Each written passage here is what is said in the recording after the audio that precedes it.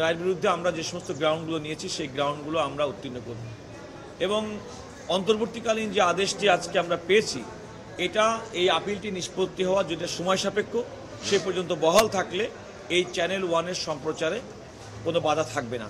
এক, দ্বিতীয়ত হচ্ছে আদালত যেহেতু আমাদের দীর্ঘ শুনানির পরে আমাদের লিভ টু অ্যাপিলটি গ্রহণ করেছেন, অর্থাৎ পূর্ণাঙ্গ আপিল হিসেবে শুনানির জন্য সিদ্ধান্ত নিয়েছেন। আমরা বিশ্বাস করি যে সমস্ত গ্রাউন্ড এবং যে সমস্ত আর্গুমেন্টগুলো আমরা করেছি সে বিষয়ে আদালত আজকে যেমন প্রাথমিকভাবে সন্তুষ্ট হবেন, চূড়ান্ত আপিল নিষ্পত্তির ক্ষেত্রেও তাদেরকে আমরা সন্তুষ্ট করতে সক্ষম হব এবং হাইকোর্টের বিভাগ যে রায়টি দিয়েছিল, যে আদেশটি দিয়েছিল, সেই আদেশটি বাতিল করে দিবেন, এটা আমাদের চূড়ান্ত বিশ্বাস। বিচারটা আপনি আমার এজ এ আইনজীবী যদি আমার মতামত জিজ্ঞেস করেন, আমি এর কয়েকটা দিক আছে। একটি হচ্ছে একটা বিচারিক প্রচলিত ধারার বিচারিক প্রক্রিয়ার মাধ্যমে মামলাটির একটি রায় হয়েছে এবং সেই রায়টি হাইকোর্ট বিভাগ একটা রায় দিয়েছে, তার বিরুদ্ধে অ্যাপিলেট ডিভিশনে আপিল পেন্ডিং। সরকার এই ঘটনার পিছনে ঘটনাকে চিহ্নিত করার জন্য একটি কমিশন করেছেন।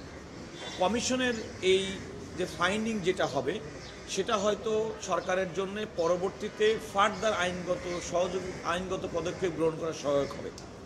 তবে কমিশনের যে অবজারভেশন এবং কমিশনের যে পর্যবেক্ষণ থাকবে সেটা আমার মনে হয় যে সরকার এই মামলার ব্যাপারে তার পরবর্তী কী পদক্ষেপ হবে সেই পদক্ষেপ নির্ধারণ করার জন্য সহায়ক হবে।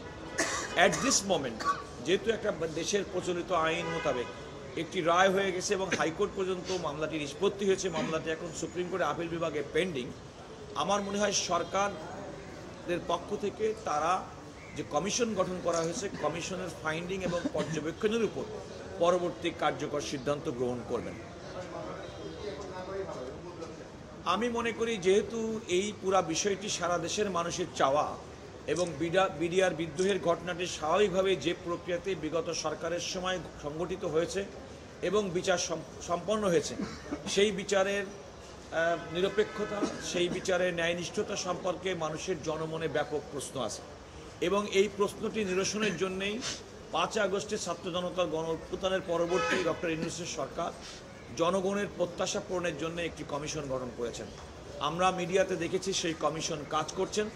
আমি বিশ্বাস করি যে সেই কমিশনের পক্ষ থেকে যে ফাইন্ডিং, পর্যবেক্ষণ কিংবা ঘটনার পিছনের ঘটনা যদি উদ্ঘাটিত হয় সেই মোতাবেক সরকারের আইনগতভাবে পরবর্তী পদক্ষেপ গ্রহণের সুযোগ আমাদের প্রচলিত আইনে আছে।